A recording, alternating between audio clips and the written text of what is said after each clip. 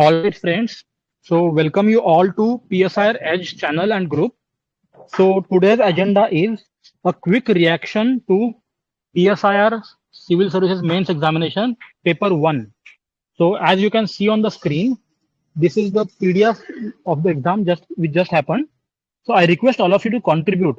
So, basically, what we will do is we'll read the questions. We'll try to understand how the question was framed. How is it different from the last year's trends that we see generally? And can it be solved from the usual sources that we are following? And what strategical changes that we need to make? So feel free to speak up, guys. Start kar lijiye, please. So first question is feminist critic of the state. मतलब state के बारे में feminist critic क्या हुआ है, आलोचना क्या किया गया है। तो मतलब हम बेसिक बता देते हैं कि कैथरीन मैकिनन जो थे उन्होंने मतलब बोला कि there is no feminist theory of state as feminism deals with gender and patriarchy. लेकिन फिर भी हम थोड़ा सा मतलब ब्रॉड लाइन हम लोग पर फैमिली पर्सपेक्टिव दे सकते हैं कि पर्सन इज पॉलिटिकल, मतलब स्टेट इंस्टीट्यूशन ऑफ पैट्रियार्की। उन्होंने स्टेट को बोला कि पैट्रियार्की का इंस्टीट्यूशन है। When she looks at the state, state appears male to her. और MacKinnon analysed laws made by state, उसमें मतलब लूप होल्स उनको लगा, वो चाहे यूएस हो या डेवलपिंग कंट्रीज हो, वो हर एक rules made by main for main. और उनका मतलब कंक्लूजन में हम लोग इस डाल सकते हैं लास्ट में कि एम्बिवेलेंट पोजीशन होता है। एक तरफ वो लोग कहते हैं one hand state is institution of patriarchy and state, और दूसरा तरफ स्टेट को वो ये भी कहते हैं कि state could affirmative can take affirmative action. ठीक है, तो डिफरेंशिएटेड सिटीजनशिप का बात करते हैं। तो इसलिए मतलब फेमिनिस्ट का need more sophisticated analysis of state. तो बस मेरे तरफ से इतना। ठीक है, तो ये तो बेसिकली टेक्स्ट बुक क्वेश्चन है ना। I mean it's clear, completely covered है जो वेव्स ऑफ फेमिनिज्म है। I think we can write everything. बस ये है कि थियरीज ऑफ स्टेट के ऊपर क्वेश्चन है। अच्छा, one request to all of you, we are not here to discuss all the answers. हम लोग इसको होलिस्टिकली पूरा आंसर राइटिंग फॉर्मेट में नहीं कर रहे हैं अभी। Let's just summarise it and quickly move ahead. ठीक है, ओके ओके, पूरा डीप में नहीं करते मतलब अपने, मतलब थोड़ा थोड़ा ब्रीफ आइडिया लेते हैं बस। ओके ओके ओके, हाँ, 1-1.5 घंटे में पूरा करना है खत्म। तो मतलब आराम, बाद में आराम से कभी कर लेंगे डिटेल्स में हम पूरा क्वेश्चन आंसर फॉर्मेट में, है ना। नेक्स्ट क्वेश्चन, अफर्मेटिव एक्शन दूसरा है। इसमें गाइस आप लोग बताओ। इक्वालिटी वाला है ना, तो क्लियरली मतलब इक्वालिटी और कराए इंडिया हुए के मैम मतलब मैम के। हाँ, और इंडिया के रिस्पेक्ट में मतलब रिजर्वेशन एक मोस्ट मतलब रेडिकल स्टेप हो जाता है अफर्मेटिव एक्शन का। और इसमें हम एक कंक्लूजन से एक लाइन पहले ये भी डाल सकते हैं कि affirmative action is not just restricted to India but globally. मतलब ब्राजील में या यूएस में भी ब्लैक राइट्स के लिए अफर्मेटिव एक्शन लिया गया है। It's the need of the hour. और थॉमस पिकेटी को भी सेकंड बुक से ऐड करके कि इनइक्वालिटी राइज कर रहा है, तो इसको इस तरीके से भी जोड़ के कर सकते हैं एक 4-5 लाइन में बिफोर कंक्लूजन। या और स्पेशली मतलब पोस्ट ग्लोबल फाइनेंस क्राइसिस और मतलब पोस्ट कोविड-19 में भी जोड़ देंगे कि ये मतलब बहुत ज्यादा जरूरी है। कि मतलब वो एक डाटा भी दे सकते हैं कि मतलब रिचर गेटिंग मोर रिच, ठीक ना, मतलब इनइक्वालिटी बहुत ज्यादा बढ़ रहा है। इसको ईडब्ल्यू से लिंक करना होगा। एंड जो कोविड के टाइम पे आई थिंक जो childrens of people whose mother and father are dead, उनको भी कुछ असिस्टेंस दिया था। तो we can include recent examples of this as well in the last paragraph. कहां दिया ठीक गया है, आई थिंक ये इक्वालिटी क्वेश्चन है। हाँ, मतलब हो जाएगा, सही है। हाँ, मतलब अच्छा, इसका इंट्रोडक्शन कोई तो अच्छा सा बताया, अफर्मेटिव एक्शन वाला इंट्रोडक्शन। बॉडी कंक्लूजन तो ठीक है, इंट्रोडक्शन में क्या है, कैसे शुरू किया डॉर्किन से ही कर लो, क्या दिक्कत है, इक्वालिटी से ही कर लो ना। अच्छा, सही, ठीक। मतलब बाकी लोग बताओ अगर कुछ है ओपिनियन तो।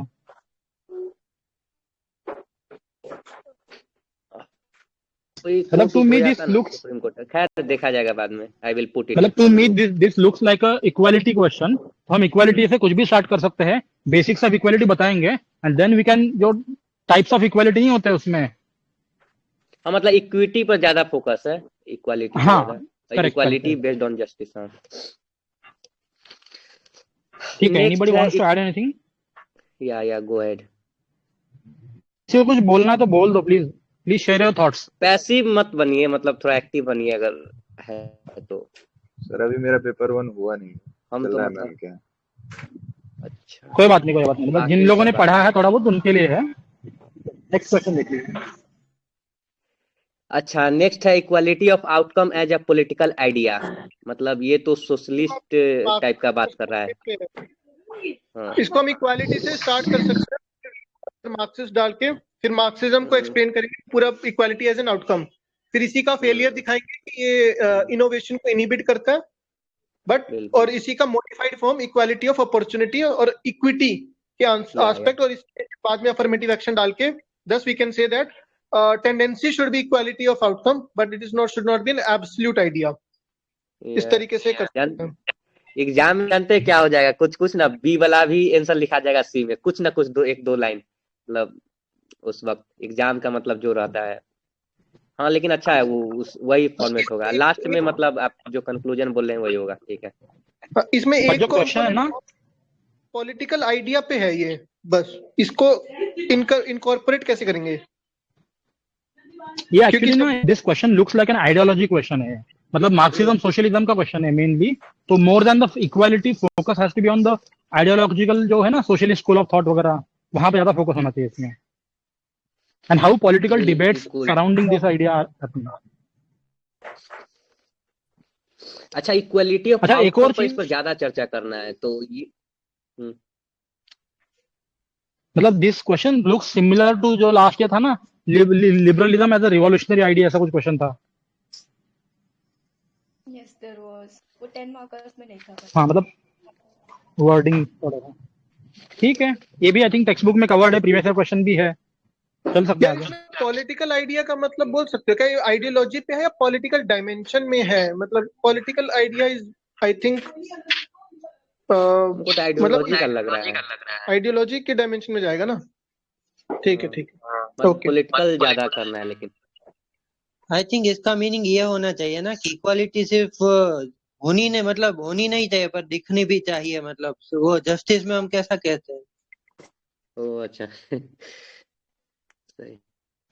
ठीक है। अच्छा, one more request to all of you, जो लोग भी सुन रहे हैं ना, प्लीज कंट्रीब्यूट करो अपने थॉट्स। अगर एक क्वेश्चन पहले देखा है या कुछ भी मन में आ रहा है ना, अगर इसका सोर्स कहीं पे है, मैम के नोट में जो भी है, जस्ट बोल दो आप लोग के आइडिया है ना। Continue sir. इसे लिख सकते हैं that equality of outcome is means equality of outcome is a topic of Marxist discourse. और ये जो क्वेश्चन है ना, ये इक्वालिटी पे फोकस कर रहा है, क्योंकि इक्वालिटी मतलब अलग अलग कैसे लेते हैं। How Marxist interpreted equality, Marxist interpreted equality in terms of outcome. उसके बाद फिर उन्होंने इक्वालिटी ऑफ आउटकम के बेसिस पे कैसे पॉलिटिकल स्ट्रक्चरिंग की कोशिश की, जो कि मतलब फाइनली कम्युनिज्म के स्टेट में था। तो you can means introduction Marxist type का देके फिर आप कम्युनिज्म पे आ जाओ, क्या कि उन्होंने कैसे इक्वालिटी ऑफ आउटकम से एक कम्युनिस्ट स्टेट की वो बनाने की कोशिश की। Right right.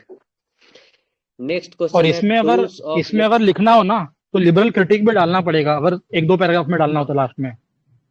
हाँ वो तो मांझी जी बताए ना, मतलब ठीक है यार होता क्या ना, ये शॉर्ट क्वेश्चन है, शॉर्ट क्वेश्चन में बहुत ज्यादा स्कोप नहीं होगा, हमें प्रायोरिटाइज तो करना ही पड़ेगा at the end of the day. एक पैरा एक पैरा भी, वो भी हाँ, 3-4 लाइन नहीं आएंगी, उससे ज्यादा आता ही नहीं है उसमें।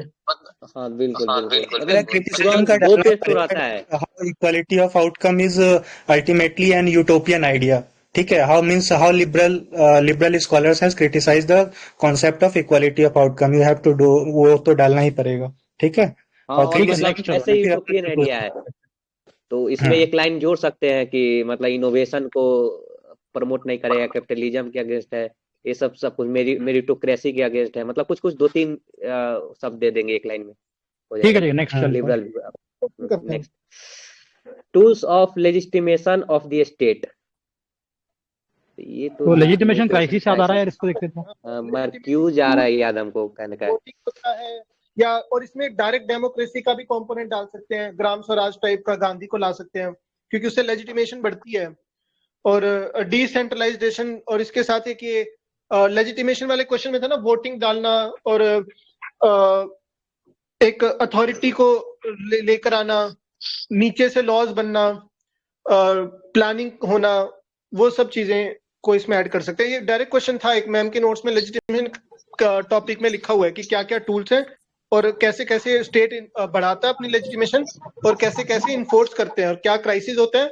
जैसे लेजिटिमेशन क्राइसिस हो जाएगा फिर उसके लिए पब्लिक स्फीयर का कॉन्सेप्ट ऐड कर देंगे बाद में, सेकंड हाफ पेज पे। हेबरमास ने किताब लिखा है ना, legitimation crisis. Yes sir, Habermas ने लिखा है।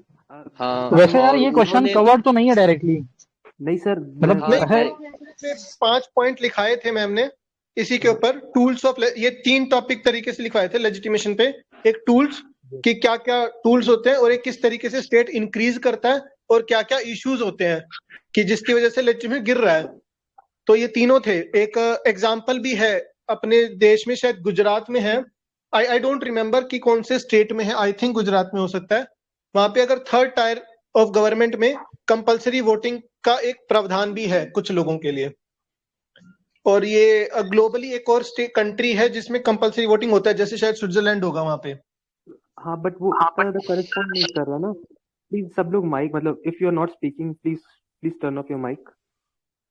हाँ, मतलब जैसे मैम ने ना 5 पॉइंट्स दे रखे हैं, तो जैसे मैम ने पहले बताया फ्रीडम ऑफ स्पीच, मतलब ऐसा मैम ने बताया कि लेजिटिमेशन कैसे स्टेट लेजिटिमेट प्रूव करता है अपने आप को। तो मैम ने जो 5 पॉइंट्स दे रखे हैं ना, उसका वैलिडेशन हर एक थॉट ऑफ स्कूल, जैसे फ्रीडम तो लिया, जैसे फ्रीडम ले लिया, फिर और जैसे कोई भी और मैम ने बताया कि प्रोपेगेंडा से भी होता है, तो प्रोपेगेंडा का भी एक ऑपर एग्जाम्पल दे दिया।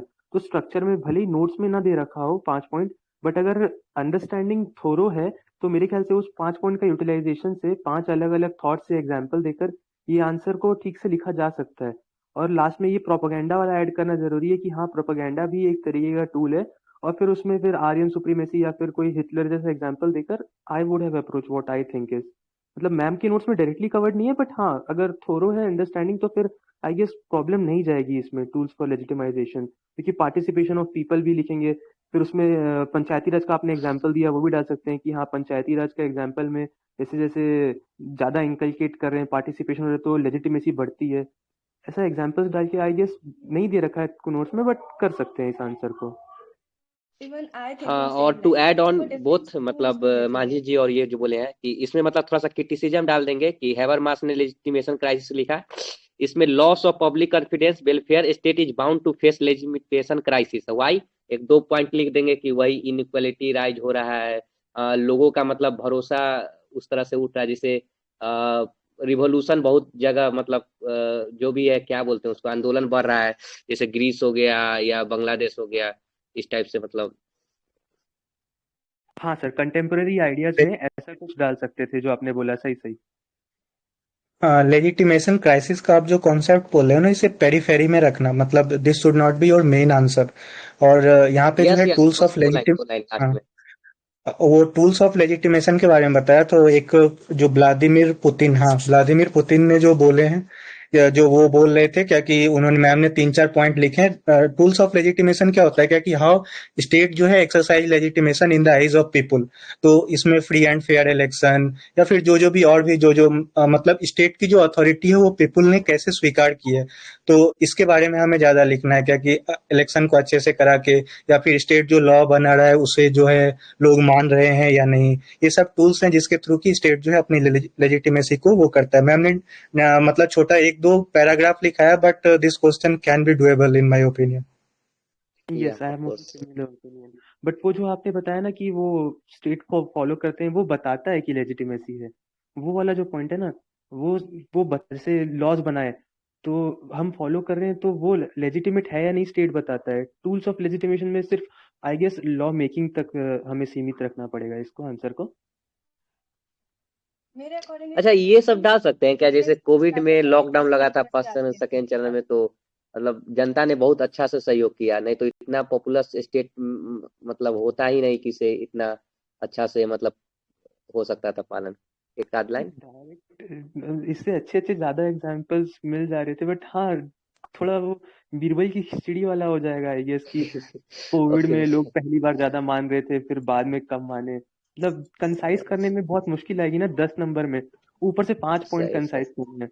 हाँ तो यार इसमें ऐसा नहीं लग रहा है जीएस टाइप आंसर हो रहा है ये? सर स्कूल्स ऑफ थॉट डालेंगे, आइडियाज डालेंगे, जैसे फ्रीडम ऑफ स्पीच के बारे में डालेंगे तो किसने दे रखा है उसके बारे में डालेंगे, जेएस मिल के बारे में थोड़ा बहुत डाल सकते हैं। मतलब ऐसे करके अगर डाला जाए तो चीज जैसे तो नहीं लगेगा सर मुझे। 2-3 स्कॉलर का नाम डाल देंगे उसी तरह से, जैसे फ्रीडम ऑफ स्पीच एक्सप्रेस में मिल वाला डाल देंगे, और उस तरह से मतलब एक दो को जो भी स्कॉलर उस वक्त याद आए वो डाल देंगे कहीं कहीं। और जैसे लास्ट में सभी ने बोला फिर क्राइसिस ऑफ लेजिटिमेसी वाला डाल सकते हैं। हाँ बस 1-2 लाइन, लेकिन वो ज्यादा नहीं डालना है। स्कॉलर कोट नहीं कर सकते क्या हैबरमास के अलावा? गांधी वांधी लिख देंगे एक तो, कि डिसेंट्रलाइजेशन ग्राम स्वराज लिख देंगे, और कोई स्कॉलर आर्ग्यूमेंट होगा इसके लिए कि लेजिटिमेशन बढ़े? स्कॉलरली ओपिनियन है कोई? अम्बेडकर का लिख सकते हैं ना, जो सोशल डेमोक्रेसी इकोनॉमिक डेमोक्रेसी होनी चाहिए, सिर्फ पॉलिटिकल डेमोक्रेसी होने से फायदा नहीं है। Bringing inclusive institutions I just want to give you an example that in North Korea, you have the voting. It's a must. Okay, even we know that it's not a democratic state, but they try to bring this legislation through voting. Then also bringing nationalization. We know that it's not a tool, but they use nationalism to uphold their legitimacy. And the third, inclusive institutions, other states, especially not Western democracies, and welfare state approach. Yeah. Correct. चलो, nice point guys. I think ये बहुत broad question है, इसमें बहुत कुछ लिख सकते हैं। We can move on. Actually, I would just want to add one more thing. There's one topper from the last year. He said that nowadays the UPSC is question like how we can make it. It depends upon your creativity. Yes. Okay. Next question.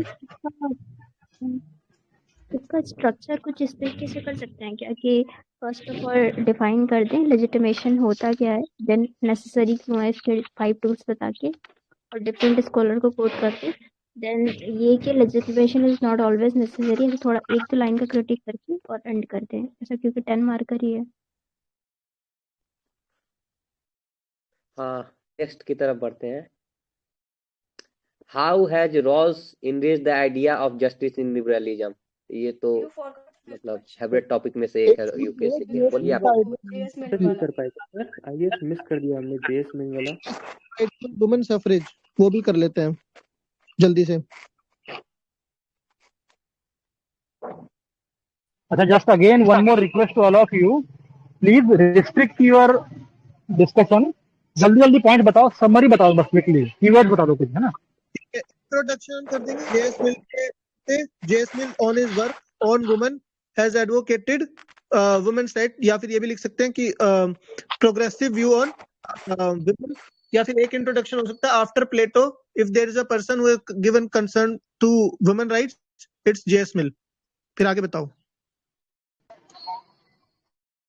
IGNOU की ना एक booklet है, I guess MA की, पता नहीं BA की है, उसमें ये पूरा डिबेट है JS Mill on women suffrage. तो उसमें 3-4 पॉइंट्स अलग से सेपरेटली लिखे हुए हैं मेरे पास। अगर वो मतलब उन्होंने बोला था कि राइट टू वोट होना चाहिए वीमेन को, और मतलब उन्होंने बोला कि all forms of slavery have ended exception of one, that is slavery of women.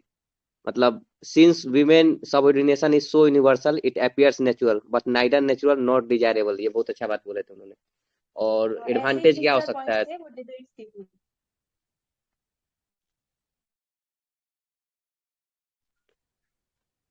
Yes ma'am, please continue. Question मेरा हो गया, बस मैं यही बोल रही थी कि ऐसे 3-4 पॉइंट्स अलग से पूरी डिबेट है इस पे जेएस मिल की, जो वुमेन सफरेज को लेके वो क्या आर्गुमेंट देते हैं कि क्यों जरूरी है। तो वो इग्नू के नोट्स में है आई गेस। हाँ, 2 पॉइंट और बोल देते हैं कि गुड फॉर वीमेन, क्योंकि बहुत निगेटिव हुआ वीमेन के लिए कि उनको कन्फाइन किया जाए 4 वॉल्स ऑफ फैमिली, और men would be more civilised, और ऐसे भी देखा जाता है कि इससे हेल्दी कंपटीशन बढ़ेगा। तो यही सब लिख सकते हैं, और भी कुछ। वैसे एक फनी फैक्ट है यार, मतलब ये क्वेश्चन ना मैम ने मतलब नोट्स में 2017-18 के बैच में ना हम लोग को ऐसा बताया था कि ये क्वेश्चन ज्यादा इंपॉर्टेंट नहीं है और ज्यादा पढ़ाया भी नहीं था, बस 5-6 लाइन में मतलब ऐसे करा था। बट ठीक है, that was 17-18, we can't blame her completely.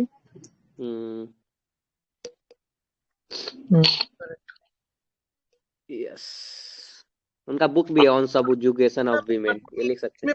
प्लेटो से स्टार्ट कर सकते हैं क्या, या फिर एक बार इसमें एंड में आते आते अम्बेडकर को भी ला सकते हैं कि कंक्लूजन के टाइम पे कि even Ambedkar shared his opinion and even constituent assembly में भी उससे पहले भी Indian National Congress has demanded for universal citizenship, universal voting rights to women. और एक फैक्ट ऐड कर सकते हैं कि New Zealand was the first country to give right to women, I mean right to vote to women back in early 20th century only, जबकि men को पहले मिल गया था। तो एक ये फैक्ट ऐड कर सकते हैं।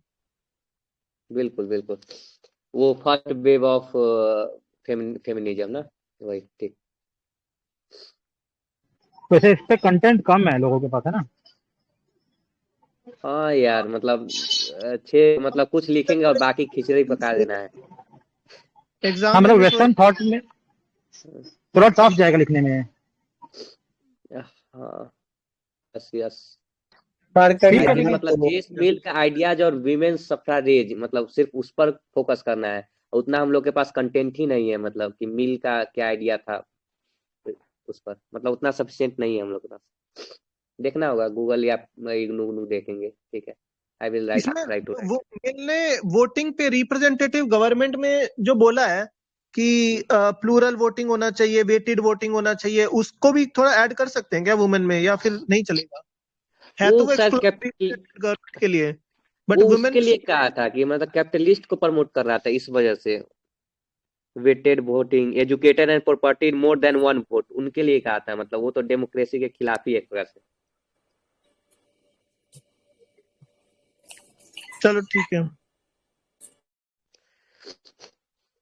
हमको लगता है वीमेन में भी वो उनको ज्यादा प्रमोट करते होंगे, मतलब जो रिच क्लास हो या कैपिटलिस्ट वीमेन हो, उसमें मतलब हम लोग लिख सकते हैं इसके अथी में। मतलब अगर वो लिखे आप जो बोल रहे हैं तो इसका कौन से में लिख सकते हैं कि वुमेन का पॉलिटिकल फ्रीडम जो है ना, वो अभी भी बहुत रिस्ट्रिक्टेड है अपार्ट फ्रॉम इकोनॉमिक फ्रीडम, ये भी हम कोट कर सकते हैं। लेकिन इंडिया में उनको राइट टू वोट के साथ राइट टू रिप्रेजेंटेशन भी मिलने से इनका बढ़ गया इंडिया में।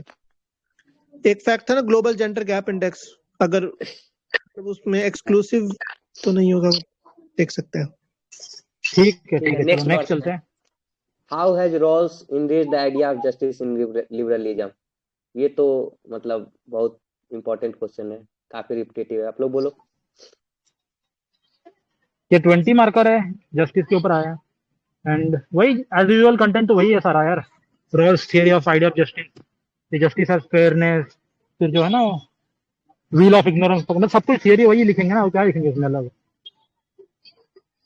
आई गेस मैम का नोट्स प्रोसीजरल थियरी है, परफेक्ट बनानी है उसको।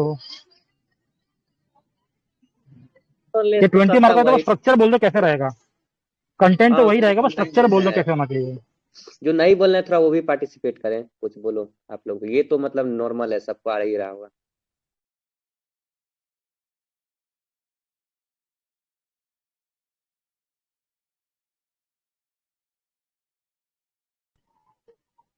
स्ट्रक्चर बताओ, स्ट्रक्चर 20 मार्कर है तो 4 पेजेस में लिखना हो तो कैसे लिखोगे आप लोग? क्या स्पेसिंग रहेगा, कितना क्रिटिसिज्म रहेगा? इसका बेसिक आइडिया ऑफ जस्टिस से स्टार्ट करेंगे। Rawls in his work theory of justice in 1971, absolute idea of justice, और इंक्लूसिव ग्रोथ होना चाहिए। 3 प्रिंसिपल्स दिए थे उसने, उसमें डिफरेंस प्रिंसिपल भी ऐड कर देंगे, और फिर शिफ्ट कर जाएंगे इसको इन लिबरलिज्म की तरफ सेकंड पेज पे ही, जिसमें उसका क्रिटिसिज्म होगा। ये ऐड कर देंगे कि क्या ये सभी के लिए ट्रू है। तो उसने कहा कि रोल्स आइडिया इन लिबरलिज्म को एनरिच कर रहा है। फिर वहां से हम इसको बिगिन कर सकते हैं। मैं शायद स्ट्रीम ऑफ थॉट लूज करके, आप बता सकते हैं। हाँ, एक स्ट्रक्चर मुझे लग रहा है ना, क्वेश्चन के अंदर डेलिबरेटली लिबरलिज्म कीवर्ड डाला है, तो what we can do is we can start off with liberalism, explain what is liberalism and ideas, and then different ideas of justice in liberalism, Rawls के अलावा क्या क्या थे पहले, उसके पहले, and then after 2 or 3 paragraphs we can come to John Rawls, and then how he has enriched, हम थोड़ा सा फोकस कर सकते हैं, एंड फिर लास्ट में कम्युनिटेरियन क्रिटिक वगैरह, सोशल लिबरल क्रिटिक डाल सकते हैं। हाँ, लिबरलिज्म से मतलब इसको कनेक्ट करना ही होगा बहुत हद तक। मतलब हर पैराग्राफ में मतलब एक रहना चाहिए कि उनका आइडिया क्या था रॉल्स का, और लिबरलिज्म में कैसे वो समाहित हुआ, इस टाइप से। एक चीज पूछनी है, मैम ने बताया था जो क्वेश्चन होता है ना, उसको 2-3 बार पढ़ के ये देखो कि क्वेश्चन किसके ऊपर है। I think question idea of justice पे है ना। आइडिया ऑफ जस्टिस में रोल्स का कंट्रीब्यूशन इन लिबरलिज्म, क्वेश्चन का नहीं, फंडामेंटल क्वेश्चन ये है ना कि क्वेश्चन ये है कि जो जॉन रॉल्स की how it has enriched liberalism, मतलब लिबरलिज्म की जो आइडिया ऑफ जस्टिस थे पहले उसको चेंज कैसे करा है, उसको डिस्कोर्स को बदला कैसे है काफी प्रोमिनेंटली। और दशरथ मांझी भाई भी सही कर रहे हैं, मतलब लिबरलिज्म में आइडिया ऑफ जस्टिस को कैसे इनरिच किया है, मतलब लिबरलिज्म में भी आइडिया ऑफ जस्टिस, लिबरलिज्म में बहुत सारा कंसेप्ट है, उसका स्टेट का कंसेप्ट है, इक्वालिटी का कंसेप्ट है, जस्टिस का कंसेप्ट है, तो जस्टिस के कंसेप्ट कैसे इनरिच किया रॉल्स ने, और मतलब दोनों पर फोकस करना होगा हल्का हल्का। इनका अच्छा सा स्ट्रक्चर बहुत सही रहेगा, क्योंकि स्टार्ट हम लोग लिबरलिज्म से कर सकते हैं, देन सेकंड पैरा पे यही कि लिबरलिज्म में आइडिया ऑफ जस्टिस क्या था, देन थर्ड पे कि रॉल्स ने उसको किस तरीके से इनरिच किया, मतलब ऐसे पॉइंट्स में, वो ज्यादा बेटर रहेगा। लिबरल क्रिटिक, ये सही है, ये सही है जी।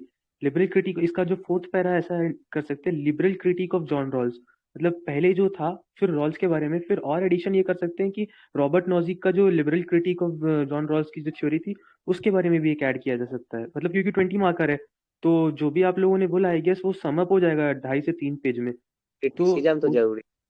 हाँ, तो वो रॉबर्ट नॉजी की क्योंकि लिबरलिज्म से ही वो भी आएगा। मैं चाह रहा था कि लिबरलिज्म से ही कन्फाइन कर ले थ्योरी ऑफ जस्टिस को, किसी और स्कूल ऑफ थॉट का यूज ना किया जाए अगर, क्योंकि उसमें ऐसा बोला नहीं है, तो रॉबर्ट नॉजिक का भी यूज किया जा सकता है liberal critique of theory of justice का। न्यू लिबरल क्रिटिक ना आप ये बोल रहे हो, सही है जी, न्यू लिबरल। रादर इसमें एक कम्युनिटेरियन क्रिटिक भी डाल सकते हैं। उसके बाद फिर उसने बुक लिखी थी सेकंड बुक की, जस्टिस इन लिबरलिज्म, ऐसे सेकंड बुक क्या थी उसकी रॉल्स की, फिर वो भी कोट कर communitarian critique, Michael Sandel Michael Walzer वाला क्रिटिसिज्म के बाद। तो कम्युनिटेरियन क्रिटिक्स भी डाल सकते हैं। लास्ट में जब बोला था कि पॉलिटिकल लिबरलिज्म के थ्रू ओवरआर्चिंग कंसेंसस बनाए, वो उसका जो लास्ट में एंडिंग था उसको भी डाल सकते हैं। कंक्लूजन क्या डालेंगे इसमें?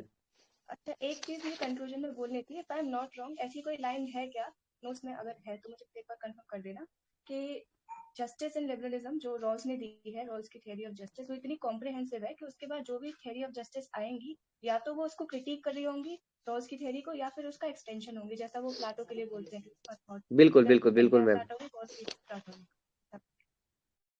हाँ हाँ ये है,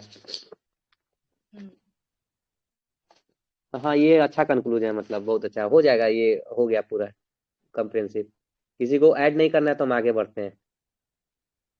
examine the importance of behavioural approach in political theory, what led to its decline, मतलब बिहेवियरल अप्रोच का क्या इंपॉर्टेंस है पॉलिटिकल थ्योरी में और इसका डिक्लाइन क्यों हुआ, वही डेविड ईस्टन वाला है।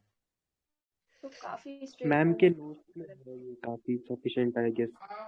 हाँ, क्योंकि डायरेक्टली क्वेश्चन बन रहे हैं, मतलब उसका what led to its decline, उसके बाद फिर वो टेढ़ा स्कोपोल, मतलब सॉरी हाँ हाँ हाँ हाँ जो वही भी नाम ब्रिंग है, द उसके बाद स्टेट बैक इन, उसके न्यू बिहेवियरलिज्म बैक मतलब इनटू पोस्ट दैट। बिहेवियरलिज्म। जी हाँ हाँ वही। हाँ ये तो हो जाएगा, फिर भी किसी को थोड़ा स्ट्रक्चर बोलना है बता दीजिए शॉर्ट में, 1-2 minute. I think in the introduction we can say why they bring behavioral approach, because we know that the decline of the political theory and nothing to offer new, so that's why they bring and then what? Just 5 minutes, okay. मैं Guys, introduction behavioural approach से start कर सकते हैं। Behavioural approach aims to add scientific approach, scientific theory to study of political science, and the importance lies in की देन उसके बाद लिख सकते हैं जो अभी हैरे ने बोला, which Harry spoke just now with respect to failure of traditional theory of traditional approach of studying political theory. Then we can shift on with David Easton's work, and then elaborate on David Easton's work, and post that we can in conclusion we can go towards post behavioralism and in credo of relevance, and then we can conclude with that. And we can also add कि इसमें behavioral approach helps in election and understanding electoral politics and how people vote, and it's more contemporary in nature. Data scientific theory as well theoretical aspect as well as scientific methodology दोनों को add करते हैं।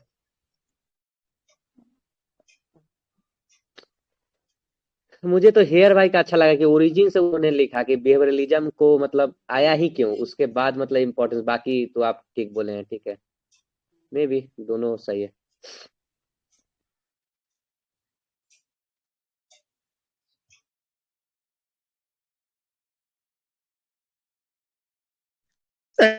Next करेंगे question should we go, can there be universal conception of human rights, give your arguments. मतलब human rights का human universal conception हो सकता है क्या, इसमें आपको आर्गुमेंट देना है।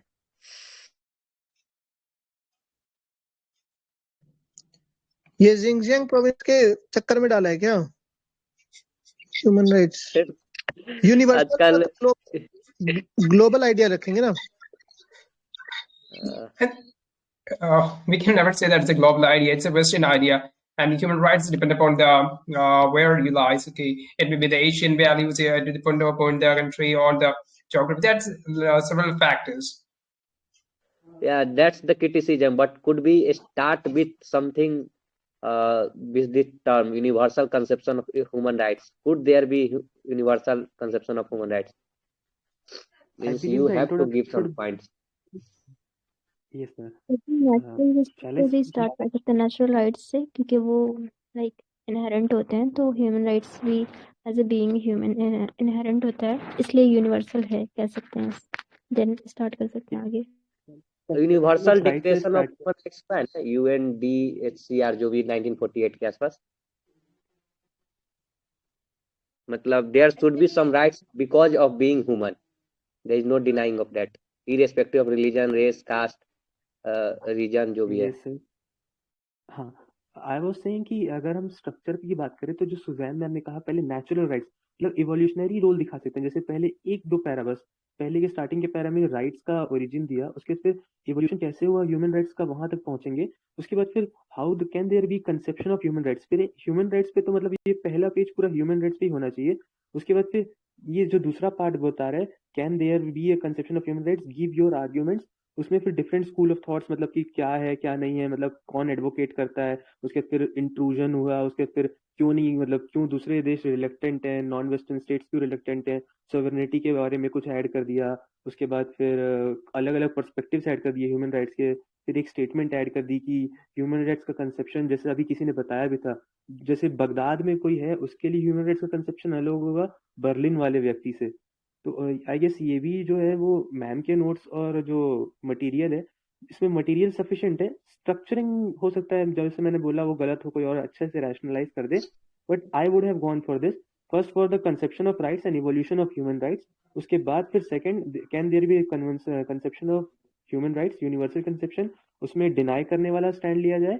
उसके बाद फिर गिव योर आर्ग्यूमेंट्स, तो आर्ग्यूमेंट्स को सब्सटेंशिएट करने के लिए एग्जाम्पल्स का यूज किया जाए या फिर स्कॉलर्स का यूज किया जाए। तो 3 पेज में आंसर किया जा सकता है। आई सही।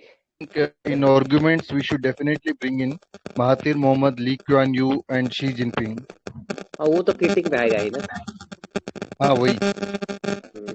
So question is, can there be universal conception? So arguments for and दोनों तरफ से होंगे ना, तो अदर साइड में वो 3 बंदे आएंगे। तो इसका मतलब कंक्लूजन आप लोग क्या लिखोगे? मैक्स सर, आप एक बार लीव करके वापस ऐड होंगे क्या? जब आप बोल रहे थे तो बहुत ज्यादा मतलब डिस्टरबेंस आ रहा था। हाँ, नॉइज। एक बार लीव करके वापस ऐड हो जाइए ना। तो इसका कंक्लूजन क्या होना चाहिए मतलब? Can we just that if the universal conception is not true, then what will be its effect? अरे बहुत मतलब अजीब साउंड आ रहा है भाई। हाँ, अभी भी आ रहा है क्या? नॉइस आ रहा है? हाँ, अब नहीं आ रही, अब रुक गई। अब ठीक है। ओके।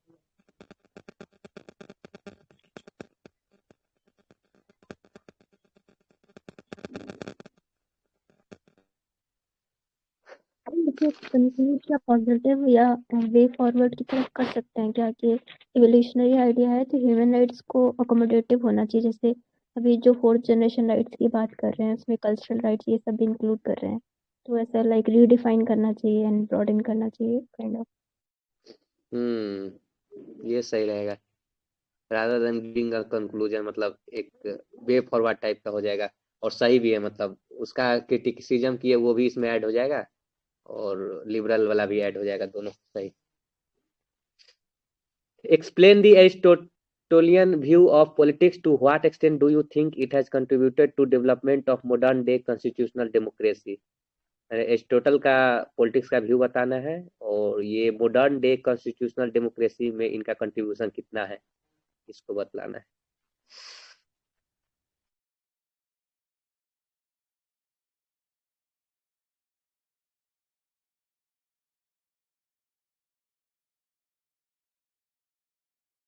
टोटल तो रूल ऑफ लॉ वगैरह का बात किए थे और मतलब बहुत सारा चीज अभी तो याद भी नहीं आ रहा है। हाँ सर, मतलब एरिस्टोटल के अराउंड ही मतलब आई गेस इसको मूव मतलब ऐसा है कि ऑलमोस्ट 30% सिर्फ एरिस्टोटल होना चाहिए, बाकी जो पॉइंट होने चाहिए आई गेस वो बताने चाहिए। जैसे कि एरिस्टोटल ने बताया था common people deliberating on issues would yield more beneficial results, ऐसा कुछ था उनका शायद स्टेटमेंट, फिलोसफर किंग से ज्यादा एक अच्छा। पर्सन की तो विजडम वो से ज्यादा अच्छी हाँ मैम, कलेक्टिव तो विजडम वो होती है। तो हम उसको बता सकते हैं कि core essence of constitutional democracy जहाँ डेलिब्रेशन का ऐड किया वो एरिस्टोटल के, और एरिस्टोटल से उसका एग्जांपल मतलब रिलेट कर सकते हैं कि एरिस्टोटल के आइडियाज में भी ये दिखता था। उसके बाद फिर एरिस्टोटल ने फिलोसफर किंग को डिस्कार्ड किया था। आज के टाइम पर कॉन्स्टिट्यूशनल डेमोक्रेसी अथॉरिटेरियनिज्म और सेंट्रलिज्म को डिस्कार्ड कर दिया ऑन द सेम प्रिंसिपल कि वो विजडम कम है, ये विजडम ज्यादा सही रहेगी। मतलब एरिस्टोटल के व्यूज को हर बार एरिस्टोटल का व्यू को यूज कर करके इस टाइम का मतलब कंटेम्प्रेरी कॉन्स्टिट्यूशनल डेमोक्रेसीज का आइडिया दे करके सब्सटेंशिएट किया जाएगा, तो आई गेस ज्यादा अच्छा रहेगा। मतलब कोरिलेशन जितना ज्यादा बना पाएंगे, लिंकेज जितना ज्यादा बना पाएंगे एरिस्टोटल के व्यूज में, जैसे constitution I guess father of constitutionalism भी इन्हीं को बोला जाता है। कॉन्स्टिट्यूशनलिज्म मतलब वो ओरिजिन ही हाँ कंपैरेटिव पॉलिटिक्स सही। जी कंपैरेटिव इसमें सब कुछ डाल सकते हैं क्या उनका, मतलब थोड़ा थ्योरी ऑफ प्रॉपर्टी डाल दे, उसका थ्योरी ऑफ जस्टिस डाल दे, एंड इक्वालिटी, सर मतलब डाल तो ठीक आप है। कुछ भी आइडिया सकते हैं, लेकिन वो इसके साथ कॉन्टेस्टेंट भी तो करना चाहिए ना। टू व्हाट हाँ एक्सटेंट वुड यू बिल्कुल। थिंक इट हैज कंट्रीब्यूटेड, तो हम लोगों का जो कोर एसेंस होना चाहिए, क्योंकि ये आंसर ऐसा है जिसमें कंपार्टमेंटलाइजेशन पॉसिबल नहीं है। ये मेरा व्यू है कि पहले पूरा एरिस्टोटल का पॉलिटिक्स लिख दिया, फिर अगले पेज में कैसे वो हो रहा है। इससे अच्छा फिर मैं एक होलिस्टिक व्यू लूँ जहां पर पहले मैं एरिस्टोटल का व्यू दूं, भले मेरे पैराग्राफ्स थोड़े लंबे हो जाए बट वो वहीं रहे तो ज्यादा अच्छा है। कि एरिस्टोटल का कॉन्स्टिट्यूशनलिज्म, तो how constitution in modern day democracy has been, मतलब हर पार्ट को ऐसा सेग्रीगेट ना किया जाए, कंपार्टमेंटलाइज ना किया जाए। ये मेरा ओपिनियन है, प्लीज आप लोग भी अपना ओपिनियन दें। हो सकता है मेरे से ज्यादा सैचुरेटेड आपका हो तो। नहीं यस, ये बाकी लोग जो भी दीजिए तो आपने थोड़ा सा। ओपिनियन दिया है, बिल्कुल सही सही ओपिनियन है। Instead of segregating and dividing, flow खराब हो जाएगा।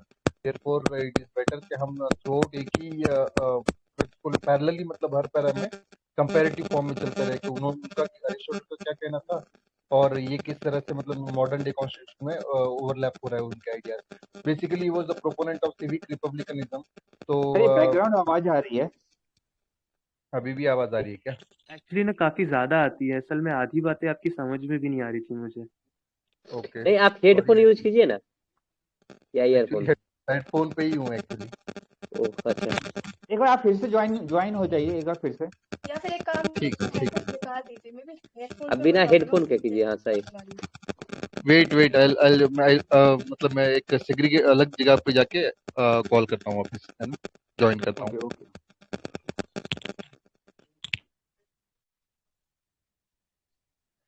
इस क्वेश्चन में ना मुझे इसके आंसर के लिए मुझे बहुत ज्यादा पॉइंट्स मिल नहीं रहे हैं। कोई मुझे पॉइंट्स बता सकता है? मतलब एक पॉइंट तो मिल गया कि ठीक है कॉन्स्टिट्यूशन यानी कलेक्टिव विजडम ज्यादा इंपॉर्टेंट है रादर देन इंडिविजुअल विजडम, जो फिलोसफर किंग को उन्होंने क्रिटिसाइज किया था। उसके अलावा मुझे ऐसा कोई लिंक बहुत ज्यादा दिख नहीं रहा। कोई मुझे बता सकता है एक बार पॉइंट्स में? पॉइंट्स उन्होंने डिस्ट्रीब्यूटिव जस्टिस और मतलब पर बात की थी, प्रोपोर्शनेट इक्वालिटी पर। मतलब it is unjust to treat equals unequally, it is equally unjust to treat unequals equally. ये भी तो मतलब मेरिटोक्रेटिक सोसाइटी को प्रमोट करता है, लेकिन एब्सोल्यूट इक्वालिटी नहीं होना चाहिए, प्रोपोर्शनेट इक्वालिटी होना चाहिए। और इसको हमारे कॉन्स्टिट्यूशन के जो प्रियम्बल के आइडियाज है उससे साथ अगर रिलेट किया जाए कि हमारे यहाँ ऐसा नहीं कर सकते, मतलब एरिस्टोटल के व्यूज ने जरूर रेगुलेट किया, अगर हम इसको मतलब क्योंकि बोला to what extent do you think, तो यहाँ हम एक कॉन्ट्रडिक्शन भी दिखा सकते हैं कि एरिस्टोटल के आइडिया बिल्कुल बिल्कुल, इसका थोड़ा सा क्रिटिसिज्म भी करेंगे, पहले थोड़ा हाँ सपोर्ट कर देंगे और उसका हाँ क्रिटिसिज्म करेंगे, वही डायमेंशन देगा अभी कि नहीं नहीं, ऐसा नहीं है कि उसका आइडिया कॉपी पेस्ट हमेशा हो रहा है। नहीं, इंडियन हाँ कॉन्स्टिट्यूशन में उसका आइडिया कॉपी पेस्ट नहीं किया जा सकता, क्योंकि हमारे यहाँ रिजर्वेशन बेस्ड अफर्मेटिव एक्शन चाहिए, हिस्टोरिकल कंसेप्ट एक आध दो लाइन में ऐड कर दिया, गुड, सेंसाइज हाँ और सही, ज्यादा अच्छा लगेगा। इसलिए तो पूछा भी है, to what extent do you think, मतलब कितना तक, मतलब एक हद तक दिया है, उसके बाद उसका भी नहीं। उसके बाद मतलब उन्होंने एक polity is the best practicable form of government, उन्होंने बोला था कि रूल ऑफ मिडिल क्लास होना चाहिए, मतलब नाइदर एक्सट्रीम वेल्थ होना चाहिए, नाइदर नॉर एक्सट्रीम पुअर होना चाहिए, तो मतलब मॉडरेशन का बात किए थे, गोल्डन मीन का। तो आज भी मतलब बहुत सारा हम लोग थ्योरी में गोल्डन मीन का कंसेप्ट लेते हैं। और उनका क्रिटिसिज्म यहाँ कर देंगे कि डेमोक्रेसी को उन्होंने सेकेंड ओस्ट बताया था, जो कि मतलब उनका हाँ सर, उससे क्रिटिसिज्म कर देंगे। वो कौन एक थे क्रिटिसिज्म पार्ट हो गया, 1940s और में? रेवोल्यूशन पार्ट जो है, उसको काफी अच्छे से सब्सटेंशिएट किया जाएगा, क्योंकि उन्होंने हाँ जो रेवोल्यूशन का उस टाइम दिया था वो आज भी है, जैसे अरब स्प्रिंग हो गया या फिर कोई भी बिल्कुल जगह, एरिस्टोटल का रेवोल्यूशन तो हर जगह सर सेम ही है।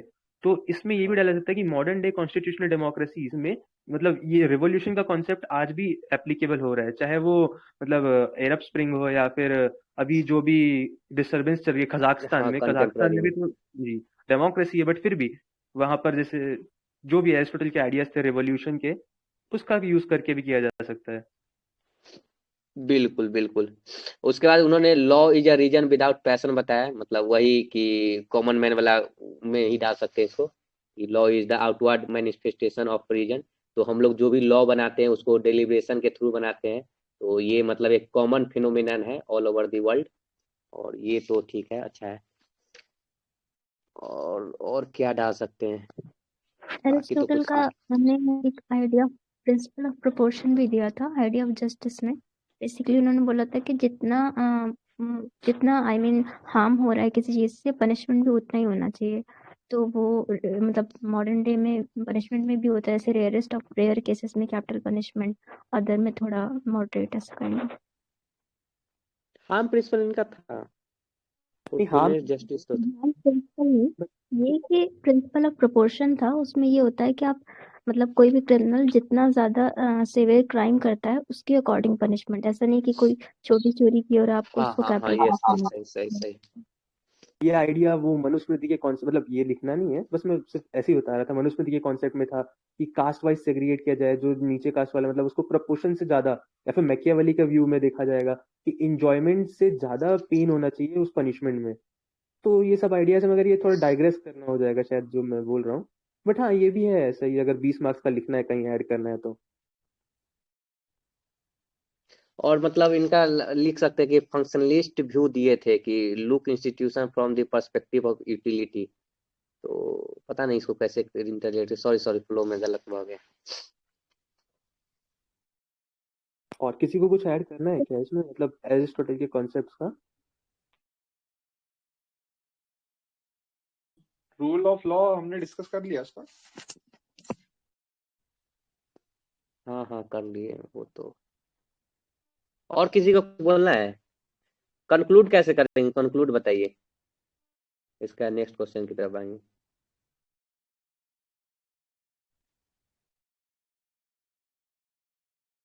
इसमें तो सर आई गेस पहले से इतना कंपैरिजन चल रहा है, तो कंक्लूजनरी रिमार्क्स में कंपैरिजन तो ऐड नहीं कर सकते, तो इसके बिल्कुल, इसलिए तो कंक्लूजन ऊपर के जो पार्ट है ना उसी को सब्सटेंशिएट करके कंक्लूजनरी रिमार्क बनाने, क्योंकि कुछ क्वेश्चन ऐसे होते हैं जिसमें इनोवेटिव कंक्लूजन से अच्छा आप जिसने ऊपर जितने पॉइंट्स लिखे ना, क्योंकि उसको ऑलरेडी समराइज ऊपर कर दो।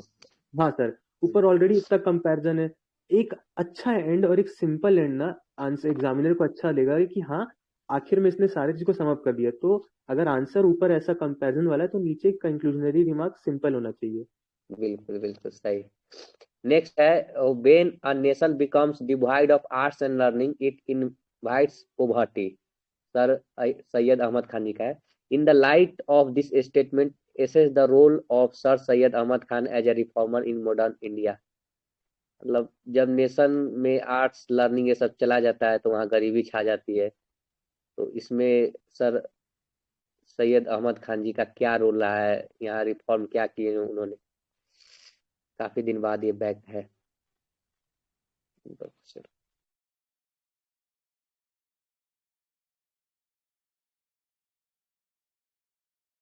ये वाला क्वेश्चन कोई बहुत डायरेक्ट नहीं लग रहा है मुझे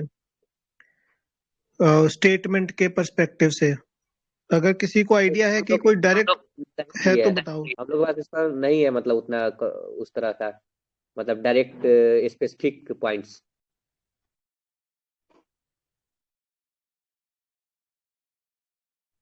मैंने ना यूट्यूब पे मैम का एक वीडियो देखा था, शायद हाँ मैम का ही था। उसमें मैम बता रही थी अधिकतर क्या होता है, हम स्टेटमेंट पे ज़्यादा फोकस करते रह जाते हैं, और हम मतलब ऐसा होता है कि जैसे सर सैयद अहमद खान पे एकदम ज़्यादा फोकस करे जा रहे हैं, फोकस करे जा रहे हैं, और सब्सटेंशियल पार्ट जो है ना, वो अधिकतर क्वेश्चन का लाइक करता है उसके आइडिया में। तो अब पता नहीं ये यहाँ कितना सूट कर रहा है, क्योंकि इसमें तो क्वेश्चन में एक्सप्लिसिटली लिखा हुआ है कि in the light of this statement assess the role. But ये मैम ने बोला था कि एकदम ज्यादा ऐसा स्ट्रिक्ट कम वो नहीं है कि सर सैयद अहमद खान के थॉट में घूमना है, बट इस क्वेश्चन में आई गेस ऐसा है, क्योंकि ऐसा 2 बार बोला है, in the light of this statement assess the role of Syed Ahmad Khan. तो आई गेस कि इसमें कंटेंट कम पड़ जाएगा अपने पास। अपन अपन अपन ऐसे तो डायरेक्ट हम लोगों ने पढ़ा नहीं है कि सर सैयद अहमद खान ने डायरेक्ट इसके ऊपर क्या बोला है, बट हम लोग ऐसे थोड़ा लिंक कर सकते हैं ना कि जैसे अगर वो मुस्लिम रिफॉर्मर थे तो हो सकता है कि जो मुगल में जो हम लोगों ने देखा था कि औरंगजेब के टाइम पे बहुत सारा जो आर्ट एंड लर्निंग का जो पूरे जो जो थे वो डिक्लाइन हो रहा था। तो डिक्लाइन हो रहा था यानी पॉवर्टी वगैरह आ रहा था, उससे भी हम कुछ कनेक्ट कर सकते हैं ना। बहुत बढ़िया ऑब्जर्वेशन था सर आपका ये वाला, कि उन्होंने इस लाइट में बोला होगा ये स्टेटमेंट। अब अगर जितना हमने पढ़ा है उस मटेरियल का यूज करके किया जाए तो आंसर, लेकिन फिर भी सर वर्ड्स उतना स्ट्रेच नहीं कर पाएंगे, जो एसेंस है वो तो आपने एक बार में दे दिया, बट वर्ड्स अगर स्ट्रक्चर बोला जाए, अगर कोई स्ट्रक्चर बताए तो फिर मतलब ज्यादा क्लैरिटी मिलेगी। अच्छा, लर्निंग के लिए तो थोड़ा बहुत मैम लिखवाई है हम लोग को कि मतलब वो साइंटिफिक और मॉडर्न अप्रोच के तरफ थे, वो उन्होंने मतलब तो बोला हम था एक इसे जो। कनेक्ट कर सकते हैं ना, आर्ट्स एंड कल्चर को एक मॉडर्निटी का वो मानते थे कि अपने आइडियाज को आप दूसरे के सामने, मींस जो अपने सोसाइटी में उस टाइम तो जो आइडियाज को प्रोपेगेट करने का एक मीडियम था आर्ट्स एंड लर्निंग जो भी था उनके अकॉर्डिंग में, क्योंकि उससे हम मॉडर्न सोसाइटी को एक्सेप्ट कर रहे हैं। पूरा एजुकेशनल कंट्रीब्यूशन दे सकते हैं, जैसे एएमयू का एस्टेब्लिशमेंट, ये सब मतलब हाँ बेसिकली ये सारे इंस्टीट्यूट आर्ट एंड लर्निंग को ही प्रमोट करते हैं। बिल्कुल बिल्कुल। ट्रेनिंग में तो उन्होंने मतलब मोदी जी भी बोलते रहते हैं ना एक कंसेप्ट कि should hold book of science in one hand and Quran in other, तो इस तरह का भी मतलब कर सकते हैं ये जस्टिफाई। तो मोदी जी नहीं है ना, वो सर सैयद अहमद खान ही बोले थे। हाँ हाँ, मतलब उन्हीं का है कोट है। हाँ थोड़ा अगर मैटर बढ़ाना है तो हम लोग अदर थिंकर से मतलब सपोर्ट कर सकते हैं, लाइक जो गांधी का आइडिया था एजुकेशन पे, वो लाइक सिमिलैरिटी रखता है सर सैयद अहमद खान से, और राजा राम मोहन रॉय का की सिमिलैरिटी जो आती है, तो अदर उनसे कंपेयर कर सकते हैं। इंटरनेशनल व्यू में नेल्सन मंडेला के व्यू के बारे में भी कंपेयर कर सकते हैं, उनका एक बहुत फेमस कोट भी है इस एजुकेशन पर, तो उसको भी कहीं फिट करके किया जाए एक आध लाइन में। और जो आपने बताया कि हाँ गांधी का तो है ही है, बट आई गेस इसमें वो जो वो पार्ट है ना कि एएमयू के बारे में और अहमद खान के बारे में जो बाकी लोग कह रहे थे, वो ज्यादा लाइमलाइट पे रहे, बाकी ये थोड़ा छोटा रहे तो भी चलेगा। बट फिर भी मुझे ऐसा लग रहा है कि we will fall short of words, क्योंकि 3 वर्ड लिखना ऐसे आर्ग्यूमेंट्स करने में बहुत इजी पड़ेगा, but when we have to pick up the pen and write तो आई गेस इनर्शिया ज्यादा आ जाएगा इस आंसर को बिल्कुल लिखने में। बिल्कुल, मतलब मिल ही नहीं रहा है पॉइंट्स। रिफॉर्म में वो क्या क्या किए उनका तो मतलब एएमयू है, वो ऑर्थोडॉक्स जो मुस्लिम सेक्शन थे उनको मतलब साइंटिफिक अप्रोच, लेकिन फिर भी हम लोग शॉर्ट पढ़ रहे हैं। नहीं है मतलब उनका तो बाद में क्रिटिसिज्म बहुत है, लेकिन यहाँ सब उनका पॉजिटिव पॉइंट ही देना है हम लोग को, और उतना है नहीं हम लोग के पास। ठीक है, आई विल राइट, मतलब गूगल करके फिर ग्रुप में देखेंगे, लिख देंगे, बाकी भी ऐड कर दीजिएगा। नेक्स्ट बढ़ते हैं हम लोग। Political ideology is primarily concerned with the allocation and utilization of power.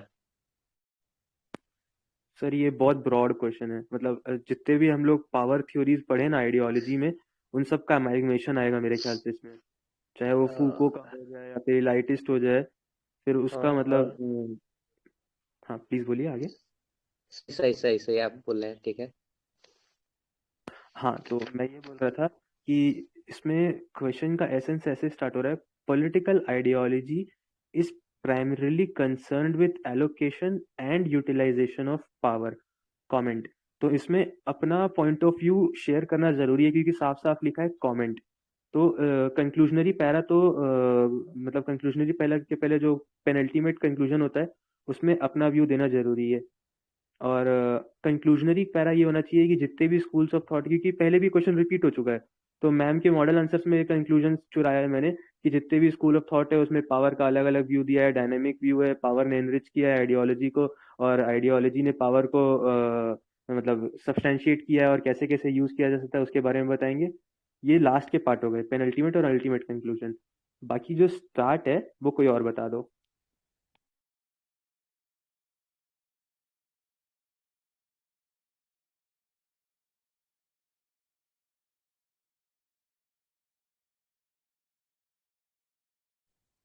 Start तो डायरेक्ट पावर के कंसेप्ट से कर देंगे कि पावर होता क्या है, लाइक एक नॉर्मल सी डेफिनेशन कि पूरा जो पॉलिटिकल थ्योरी या वो है पॉलिटिकल साइंस है उसी के अराउंड सराउंड होती है। वो जो स्टेटमेंट था कि power it's more like blood, जैसे कि मेडिकल में कुछ होता है समथिंग, ऐसा स्टेटमेंट था। कैपिलरी के थ्रू फैला रहता है पूरा बॉडी।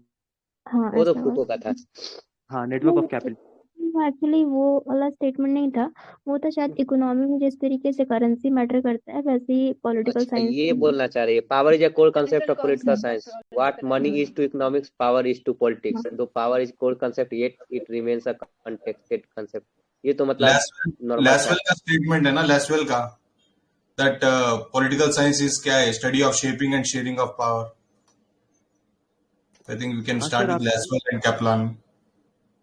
यस सर, बट थोड़ा सा अपन ध्यान से अगर देखेंगे ना तो एसेंस पूछ रहा है political ideology is primarily concerned with allocation, तो I would have gone for political ideology से पावर के कनेक्शन पे, पॉलिटिकल साइंस को मतलब फेरी पर रखकर आइडियोलॉजी के पावर के कॉन्सेप्ट मतलब उस कॉन्सेप्ट से स्टार्ट करना आई गेस ज्यादा सही रहता कि political ideology starting from true, but I think we can simply tweak that statement. No, जरूरी नहीं है उसने पॉलिटिकल साइंस बोला है, हम पॉलिटिकल आइडियोलॉजी लिख देंगे उसके जगह में। आई डोंट थिंक बिल्कुल बिल्कुल, कभी कभी हम लोग ऐसे भी करते हैं, मतलब अपने से भी तो टर्म चेंज कर सकते हैं कभी कभी। Because we have to take a larger idea. उनका लार्जर आइडिया क्या है? I mean political ideology, theory, philosophy, science, these are all interchangeably used most of the times, you know. Unless we go into the specifics, I think more or less synonymously use कर सकते हैं।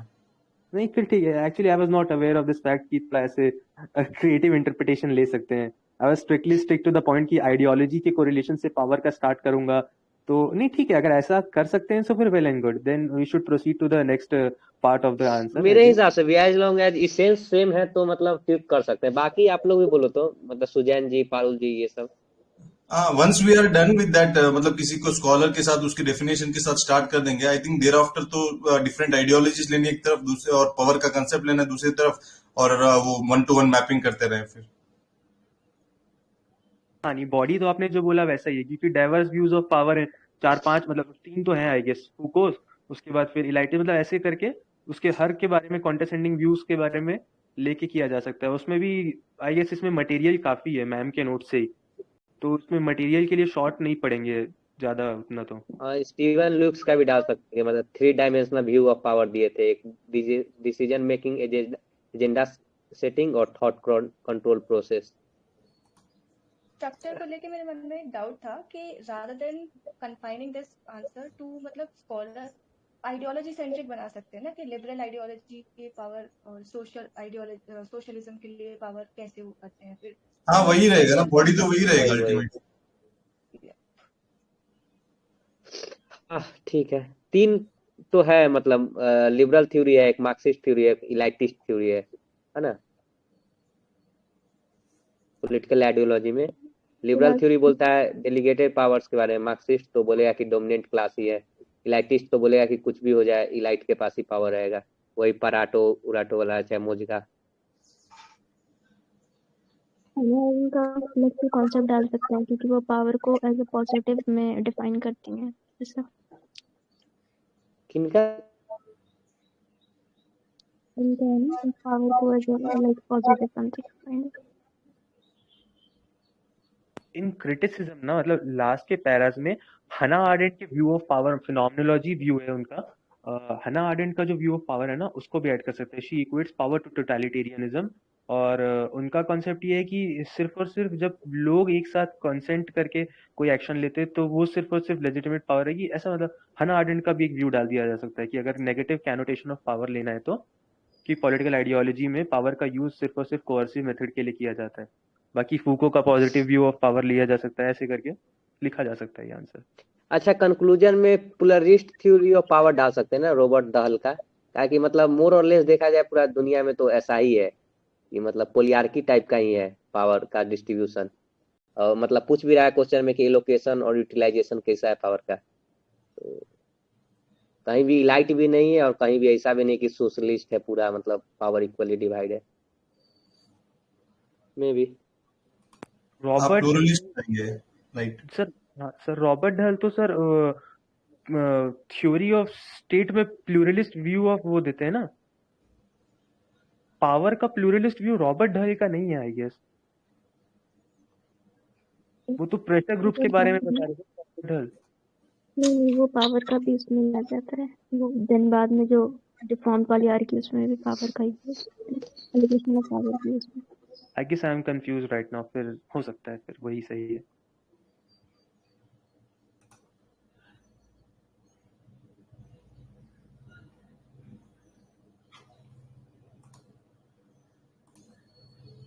नहीं, वहां पे भी आ जाएगा, कोई दिक्कत नहीं है।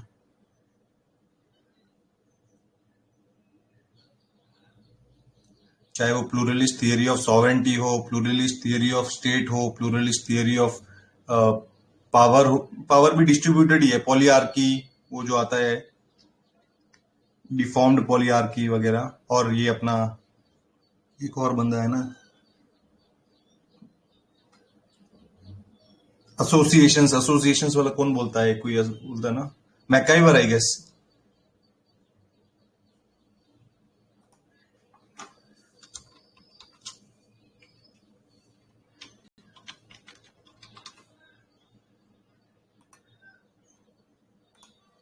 क्या वैसे कर सकते हैं क्या, जैसे power is a developmental, like in present era power is considered as more like development.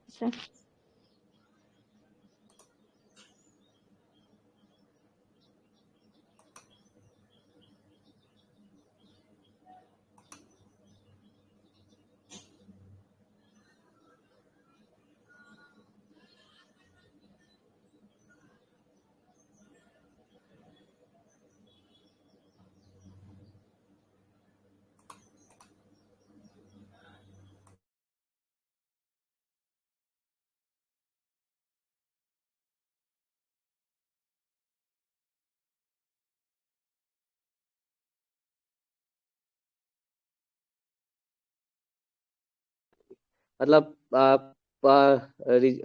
Conclusion में तो फूको वाला डाल सकते हैं ना कि power is everywhere, power is present through the society like network of blood capillary. जैसे social media के जमाना में कोई छोटा सा बंदा भी ट्विटर पर कुछ डाल देता है तो मतलब बहुत बड़ा इम्पैक्ट आ जाता है। लिखेंगे नहीं, ये हम ऐसे ही बता रहे हैं, तो ऐसे कर सकते हैं ना। नेक्स्ट है, do you think that the Buddhist tradition have lent greater ethical foundation to the ancient Indian political thought? Give your arguments.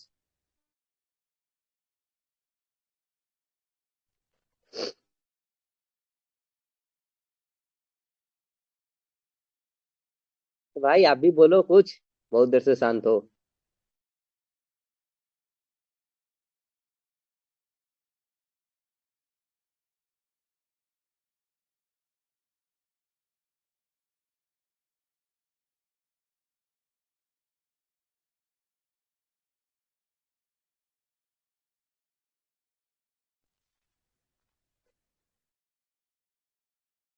कोई बोल रहा है कि हम शांत है, मेरा ही खराब है।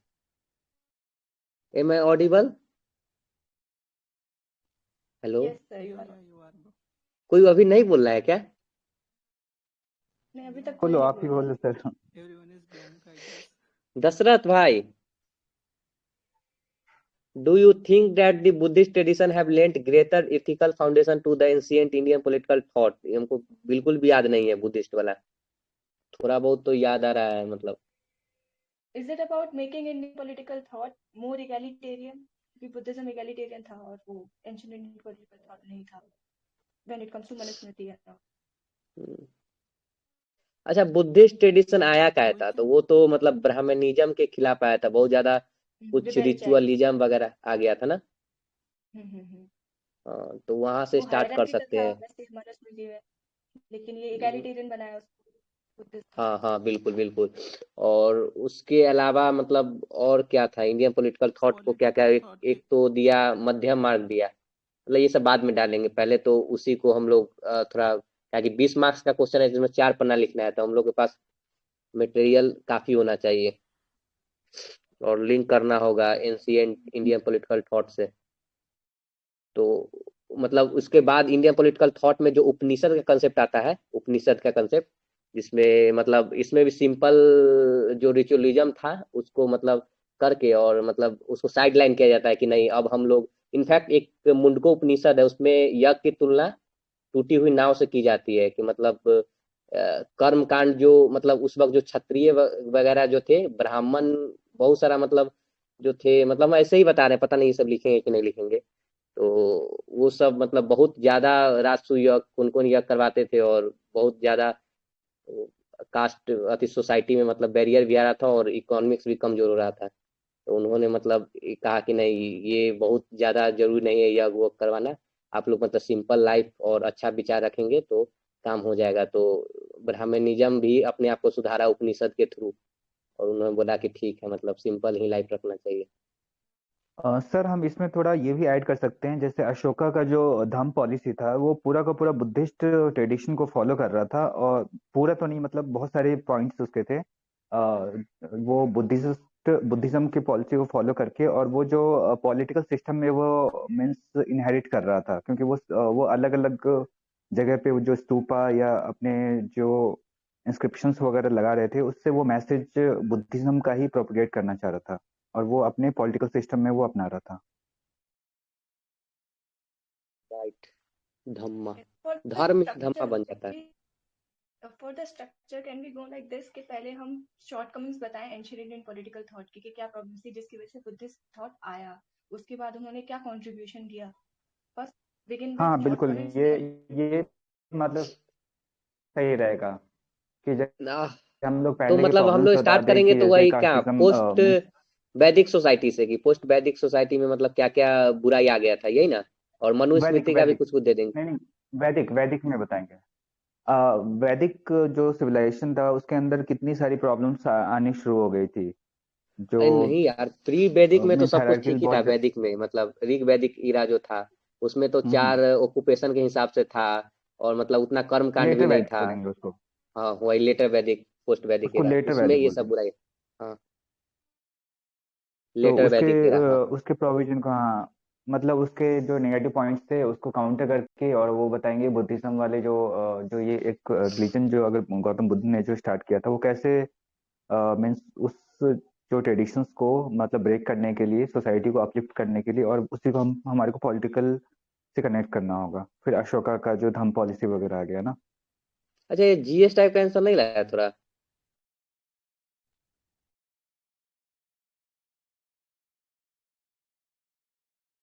कंप्लीट और करो जो इसमें बोल। फाउंडेशन कैसा लिंक करते हैं एंशियंट इंडिया से, वो भी इम्पोर्टेंट है ना। लाइक एथिकल फाउंडेशन में हम ये ऐड कर सकते हैं कि बुद्धा ने वो जो आइडिया दिया कि सफरिंग और डिजायर का, कि सफरिंग लीड्स टू डिजायर, तो वो भी आइडियाज हम इनकलकेट कर सकते हैं ना कि ग्रीड नहीं होना चाहिए, और वो वाला पॉइंट भी हम एथिकल पॉइंट ऑफ व्यू से डाल सकते हैं।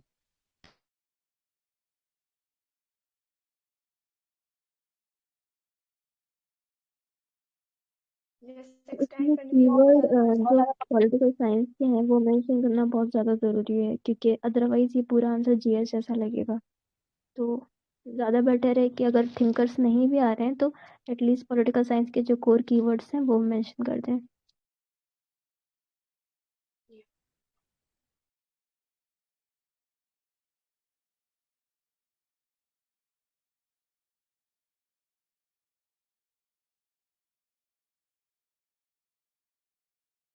कंक्लूजन में क्या लिखेंगे इसके?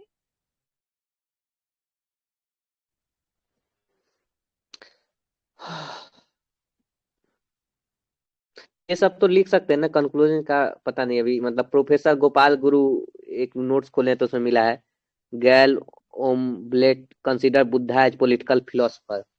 तो यहाँ तो मतलब सूट कर रहा है कि मतलब इंडियन पॉलिटिकल थॉट में उनका क्या ही अथी रोल रहा है, तो वो कैसे मतलब वो इंडियन पॉलिटिकल फिलोसफर उनको बोला गया है अथी गोपाल गुरु। तो मतलब ओरिजिन ऑफ स्टेट के बारे में बताते हैं, origin of king, qualities of king, Buddhist, foreign philosophy, जात का, ये सब इसको थोड़ा थोड़ा डाल सकते हैं हम लोग मतलब। और मतलब इसे लिंक करना होगा इंडियन पॉलिटिकल थॉट से, ताकि अच्छा बुद्धिस्ट भी तो मतलब इंडियन पॉलिटिकल थॉट का ही हिस्सा है, तो दिक्कत नहीं है। मतलब हिंदुइज्म, बुद्धिज्म, जैनिज्म तीनों मतलब एक सम्मिश्रण में जाता है, तो मोटा मोटी मे मिल बी जाएगा। ऐसा कर सकते हैं, जो अपने बॉडी वाला स्ट्रक्चर में लिखा है ना, उसी को समराइज करके कंक्लूजन में डाल देते हैं, क्योंकि ऐसा हमारे पास कोई थिंकर तो है नहीं। या नेक्स्ट क्वेश्चन पे चले। नेक्स्ट, हाँ, Marx's concept of alienation is an essential part of the reality in capitalism explain। Marks का जो कंसेप्ट है एलियनेशन का, वो एक रियलिटी है कैपिटलिज्म में, इसको बताना है। ये तो बात सही है, ये तो यंग मार्क्स का कंसेप्ट था ना, ये कंसेप्ट ऑफ एलियनेशन। एक फिलोसफिकल कुछ बुक लिखे थे, हमको याद नहीं आ रहा है, लेकिन उस तरह का फिलोसॉफिकल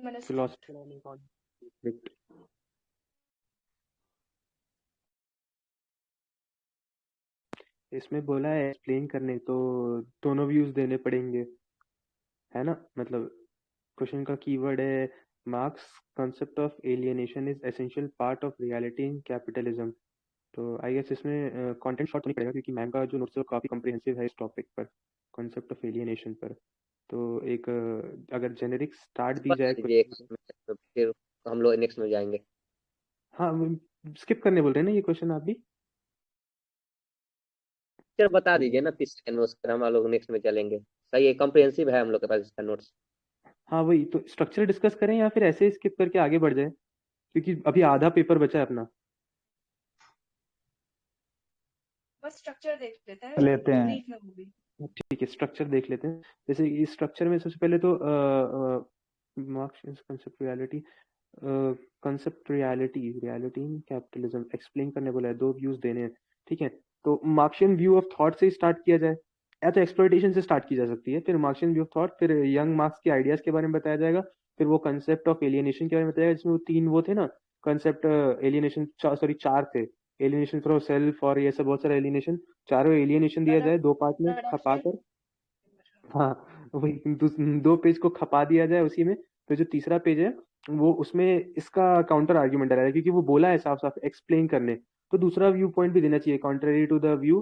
तो उसमें फिर जो भी concept of criticism of Marxist thought होगा ऑन एलियनेशन कॉन्सेप्ट, उसके बारे में लिखा जाए ऑलमोस्ट आधा एक पेज, तो तब वो एक्सप्लेन पार्ट आई गेस पूरी तरह से जस्टिफाई कर पाएंगे अपन इस आंसर को। अच्छा, एक आध लाइन इसमें ये भी डाल सकते हैं ना, फ्रैंकफर्ट स्कूल या क्रिटिकल स्कूल, हालांकि मार्क्स का ही बात किया जा रहा है, लेकिन फिर भी मतलब एक आध लाइन क्रिटिसिज्म से जस्ट पहले थोड़ा जस्टिफाई करने के लिए मार्क्स को।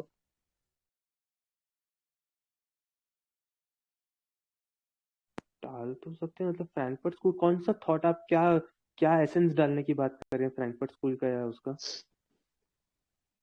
वही जो मार्क्यूज बोले हैं, चाहे मतलब फादर ऑफ लेफ्ट लिबरल, बिल्कुल। हम लोग अपने आप से ही अलग हो जा रहे हैं, मतलब उन्होंने मतलब वो लोग जैसे मार्क्स थोड़ा सा बताए, उतना ज्यादा बताया नहीं है उनको। जो यंग मार्क्स का जो कंसेप्ट था उसको बाद में पूरा कंसेप्चुअलाइज वो लोग किए हैं, पूरा क्रिटिकल स्कूल लोग, फ्रैंकफर्ट स्कूल वाले लोग। 1-2 लाइन डाल सकते हैं, मतलब उसका ज्यादा नहीं डालेंगे, लेकिन हाँ मतलब इससे पता चलेगा कि मार्क्स कंसेप्ट का एलिमिनेशन जो था वो थोड़ा सही था। उसके बाद क्रिटिसिज्म भी डालेंगे कि हाँ। मुझे एक चीज कंफर्म करनी थी, क्या इस क्वेश्चन में मतलब आंसर में हम कंटेम्पोररी रेलेवेंस भी डाल सकते हैं कि जो एलियनेशन वाला कॉन्सेप्ट है अभी कैपिटलिज्म जो चल रहा है उसमें कितना वैलिड है, कितना रेलेवेंट है? हाँ, तो यही तो है सेकेंड पार्ट में, तो यही तो कह रहा है essential part of reality in capitalism. तो लोग मतलब बहुत सारे होंगे जो पहला ही 3 लाइन में उलझ गए, तो इसलिए तो हम मार्क्स कंसेप्ट ऑफ एलियनेशन के बाद फ्रैंकफर्ट स्कूल देंगे तो उससे मतलब पता चलेगा कि रियलिटी इन कैपिटलिज्म कैसे है, वही तो जस्टिफाई कर रहा है। और कंटेम्प्रारी एग्जाम्पल दे देंगे तो बहुत अच्छा है। मतलब एक दो उदाहरण बता दो तो आप। मेरे दिमाग में आया नहीं ना, सिर्फ इतना ही आया कि कंटेम्प्रेरी टच देना पड़ेगा। ओके एग्जाम्पल ओके, नहीं आ रहा मेरे दिमाग ठीक ठीक।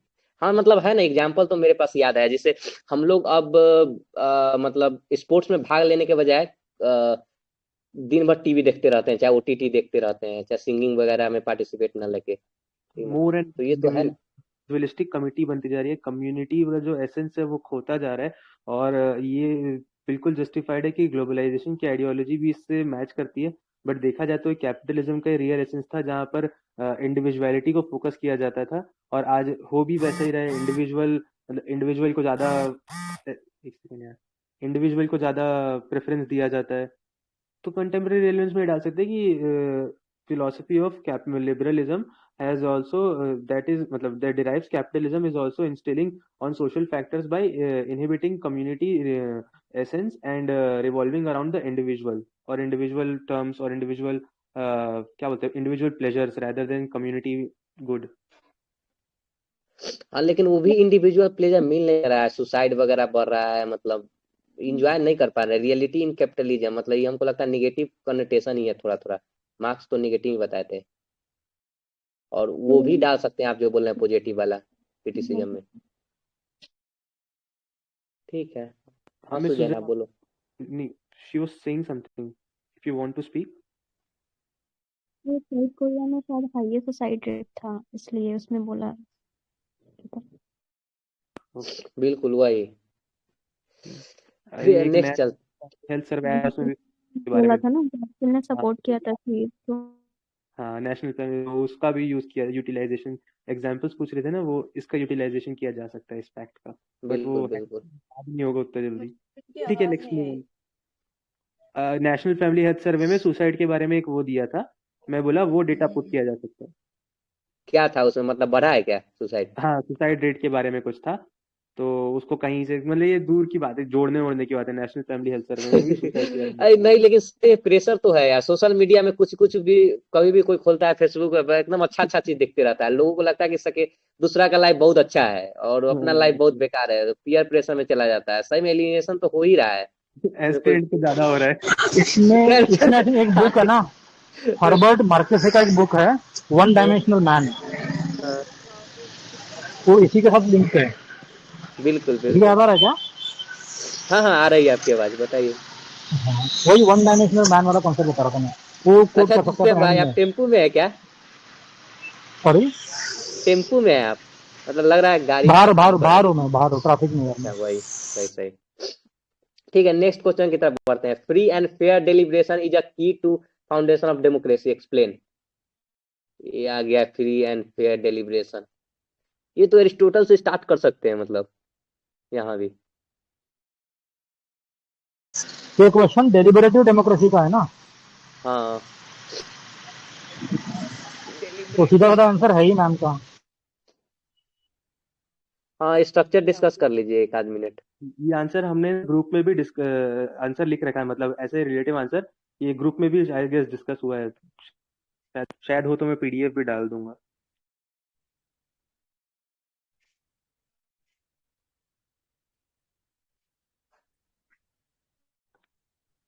आई थिंक डायरेक्ट क्वेश्चन भी है मैम के नोट्स में। भाई अपन डिस्कस भी किए थे क्या जब अपन डेमोक्रेसी वाला कर रहे थे पार्ट, तो आई गेस ऐसा क्वेश्चन। अरे हाँ, ये तो डायरेक्ट क्वेश्चन ही है ना, मतलब बस क्वेश्चन की लैंग्वेज चेंज कर दी, दैट्स इट। हाँ वही बोल रहा हूँ, ये हो चुका है, मतलब ये क्वेश्चन मतलब है ऐसा। रिपीट है। इसको छोड़ के आगे बढ़ा जाए। हाँ पूरे साल वैसे भी फ्री स्पीच को लेके बहुत कुछ डिस्कशन हुआ है, तो I think this was expected. Okay, कोई 30 सेकंड में जल्दी जल्दी इसका स्ट्रक्चर बता देना, फिर हम लोग आगे बढ़ जाते हैं, ताकि कोई रिकॉर्डिंग सुने तो उसको लगे कि हाँ भाई कुछ तो हुआ है डिस्कशन।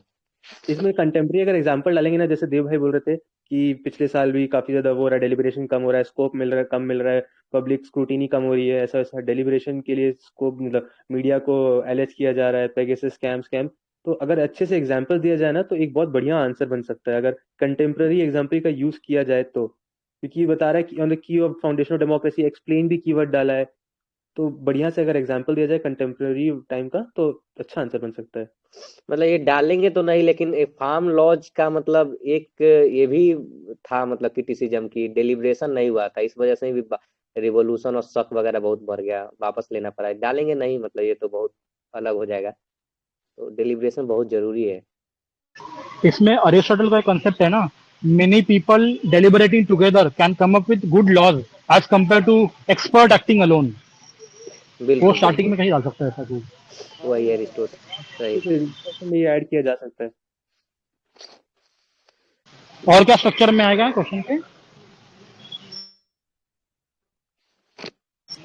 एक और इसमें कंटेक्स्ट लिख सकते हैं अपन, जैसे इंडियन पार्लियामेंट में रिसेंट टाइम्स में क्या हो रहा है ना, कमिटी डिस्कशन वगैरह सब कम कर रहा है, तो ये क्रिटिसिज्म स्कॉलर ने डाल सकते, प्रताप भानु मेहता के नाम से लिख दो कि पार्लियामेंट के अभी डिस्कशन कम हो रहा है, बस जो क्या बोलते हैं इसको, विदाउट एनी डिस्कशन लॉज पास हो रहे हैं, उसका टर्म है सोचते हैं। इसमें एक अगर टूल डालना भी तो जेएस मिल के बारे में डाल सकते हैं, freedom of speech and expression में भी उन्होंने दे रखा है। जेएस मिल का भी एक idea freedom of speech and expression, मतलब थॉट प्रोसेस में freedom of speech and expression की बात भी करते हैं JS Mill. Even mad man should be allowed to speak. Assumption of infallibility के बाद मतलब है काफी सारा, और स्ट्रक्चर डिस्कस फटाफट करते हैं वरना फिर क्या आधा पेपर बच रहा है अभी अपना। तो सबसे पहले जैसे सर ने बताया, मतलब जेनरिक स्टार्ट कर सकते हैं एरिस्टोटल के आइडिया के साथ, ठीक है। एरिस्टोटल के आइडिया के साथ स्टार्ट करने के बाद हम एसेंस बताएंगे कि फ्री एंड फेयर डेलिब्रेशन का क्या एसेंस है। तो उसके लिए कंटेम्प्रेरी एग्जांपल्स का सबसे पहले यूज किया जाएगा। मतलब पहला पार्ट जो है वो अपना एरिस्टोटल के स्टार्ट से इंट्रोडक्शन आया, फिर जो दूसरा इंट्रोडक्शन का अगर एक आध दो लाइन बतानी है कि डेलिब्रेशन का क्या एसेंस है वो स्टार्ट करेंगे। फिर तीसरा जेएस मिल के आइडिया के बारे में डाल सकते हैं, एक पेज हो गया। उसके बाद फिर जब यहाँ पर आएंगे तो अपन एग्जाम्पल्स देना स्टार्ट कर देंगे। एग्जाम्पल्स के साथ हर पॉइंट को सब्सटेंशिएट किया जाए कि डेलिब्रेशन जो है वो प्रेशर में नहीं होनी चाहिए, मतलब डेलिब्रेशन फ्री, मतलब आदमी को डर नहीं, विथाउट फियर और फेवर, डेलिब्रेशन ऐसे होनी चाहिए। उसके बाद फिर एग्जाम्पल्स में अगर हमको देना है तो कॉन्स्टिट्यूएंट असेंबली के बारे में बता सकते हैं, ठीक है। कॉन्स्टिट्यूएंट असेंबली में फ्री एंड फेयर डेलिब्रेशन के बारे में, मतलब अगर पॉजिटिव दिखाने और नेगेटिव दिखाने तो सर ने जैसे बताया प्रताप भानु मेहता का आए दिन आर्टिकल आता रहता है, उनके व्यूज काफी सारे हैं। हैप्पी मोहन जेकब का भी व्यू है इस पे एक, ठीक है। उसके बाद फिर वो मैं बाद में ग्रुप में शेयर कर दूंगा, हैप्पी मोहन जेकब का व्यू कि डेलिब्रेशन कम हो रहा है। उसके बाद आशुतोष वार्ष्णेय का व्यू डाल सकते हैं कि डेलिब्रेशन कम हो रहा है, उसकी वजह से डेमोक्रेटिक बैकस्लाइडिंग भी देखने मिल रही है। मतलब अगर एक हैवी क्रिटिसिज्म देना है कि फ्री एंड फेयर सिर्फ डेलिब्रेशन की कम होने की वजह से डेमोक्रेटिक बैकस्लाइडिंग को कैसे कनेक्ट किया जाए, और डेमोक्रेटिक बैकस्लाइडिंग जो है वो स्टीवन लेविट्स्की का कॉन्सेप्ट है। हो गया, बस इतने में आंसर एंड किया जा सकता है। अच्छा, थोड़ा सा बस स्ट्रक्चर में मैं चेंज करना चाहूंगा। मतलब if I were to attend this question ना, I would first start with deliberative democracy या फिर डेमोक्रेसी। मतलब पहले मैं डेमोक्रेसी को डिफाइन कर दूंगा, कोई भी लिख दो, दो तीन जो अपन ने पढ़े थे ना उसमें से कोई भी लिख दो, then I directly hit deliberative democracy, and then I will go to importance of deliberation, and then फिर अरिस्टोटल वगैरह आएगा, एंड वैसे आगे आंसर फ्लो होगा। कंटेंट तो वही सब कुछ जो तीन सर ने बताया ना अभी। मतलब by doing this I am just telling the examiner कि ये क्वेश्चन डेलिबरेटिव डेमोक्रेसी का है, ये मैंने पहले ही पकड़ लिया है इंट्रो में। अच्छा, प्रॉपर्टी कर सकते हैं क्या? जैसे जोशुआ कोहेन जो है वो 5 प्रॉपर्टी बताते हैं कि 5 एलिमेंट होना ही चाहिए फ्री एंड फेयर डेलिब्रेशन में, कि इंडिपेंडेंट एसोसिएशन होना चाहिए, मतलब विथ, और उसके बाद people accept that deliberation is deciding factor in formulation of policy, respect for pluralism of votes, deliberation is source of legitimacy, non coercive environment where each person recognise and respects other members deliberative capacity. तो मतलब मोटा मोटी ये summarise कर देता है, मतलब जो यहाँ लिखा गया है, तो कंक्लूड भी कर सकते हैं। ये बहुत इंपॉर्टेंट है, ये बहुत इंपॉर्टेंट, डालना ही पड़ेगा ये सेंट्रल आइडिया है। इसमें अगर स्कोप है तो एक और डाल सकते हैं जो हाना अरेंट का है ना, कि सिविक पार्टिसिपेशन, वो काइंड ऑफ डेलिब्रेशन की तरफ ही फोकस करता है, डेलिब्रेशन सिविक पार्टी होना चाहिए। तो मुझे एक चीज कंफर्म करनी थी, इस क्वेश्चन में इसके आंसर में सिर्फ और सिर्फ इस स्टेटमेंट को जस्टिफाई ही करना है या फिर कुछ नेगेटिव पॉइंट्स भी डाल सकते हैं? क्रिटिसिज्म भी देंगे अब थोड़ा सा, जैसे जेरेमी वाल्ड्रॉन जो है सपोर्ट करते हैं मेजोरिटेरियनिज्म को, it is practical way to settle disagreement among politically and morally equal person. तो मतलब थोड़ा सा क्रिटिसिज्म तो कर सकते हैं, लेकिन एक और था ना रिसेंटली जब फार्म प्रोटेस्ट हो रहा था ना, हाँ रिसेंटली फार्म प्रोटेस्ट चल रहा था, तब नीति आयोग के सीईओ जो है ना अमिताभ कांत कुछ थे, उन्होंने बोला था कि इंडिया में टू मच डेमोक्रेसी है। नहीं पता वो नहीं तो लिख नहीं पाएंगे कि नहीं लिखेंगे, इसमें। नहीं वो तो नहीं लिखेंगे। उस अगर ये लिखना है आपको तो उनके थ्रू लिखना होगा, सिडनी वर्बा और अल्मोंड। वो बोले थे कि सिविक रिपब्लिकनिज्म होना चाहिए, रिपब्लिकनिज्म। उसमें मतलब कुछ पैसिव सिटीजन्स भी होना चाहिए, कुछ एक्टिव भी होना चाहिए, इस तरह का कुछ बोले थे उन्होंने। Participant culture. हाँ, participant culture, yes, civic culture.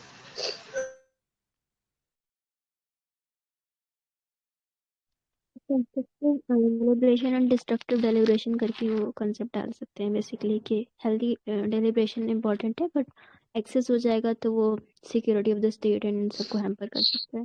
बिल्कुल, ट्विटर इसका गंदा उदाहरण है। ट्रेंडिंग कहियो देखिए आप लोग तो एकदम लगता है कि दोनों पागल है, फार लाइफ फार लाइफ, दोनों अजीब अजीब ट्रेंड करवाता है, कोई मतलब डेलिब्रेशन नहीं है उधर।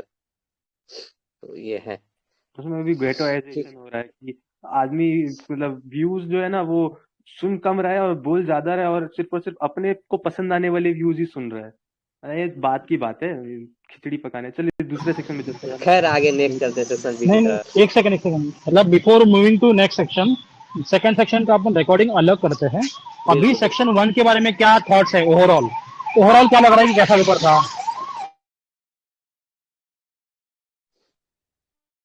मतलब सेक्शन 1 के बारे में कैसा पेपर है? ट्रेडिशनल है, सिमिलर आया पीवाईक्यू की तरह? पर मेरे हिसाब सब कुछ तो प्रीवियस क्वेश्चन में कवर्ड ही है ये।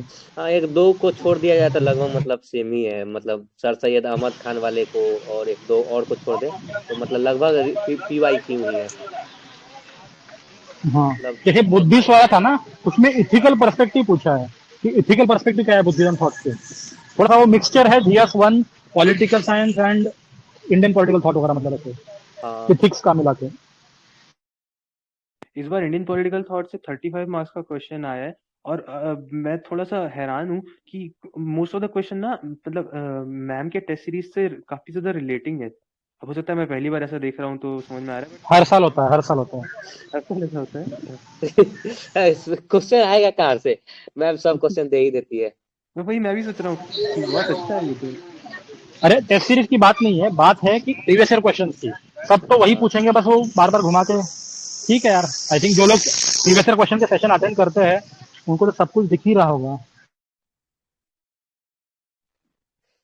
बिल्कुल सही है, तो इसको कंक्लूड किया जाए, फिर उसके बाद हम लोग सेकेंड पार्ट में मतलब 10 मिनट का ब्रेक ले लिया जाए क्या बीच में?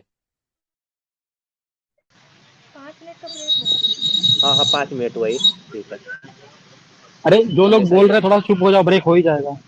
मैं रिकॉर्डिंग स्टॉप कर दूँ जस्ट सेकंड। ओके, सही सही। Thank you very much everyone. Part 2 start करता हूँ रिकॉर्डिंग, 2 मिनट।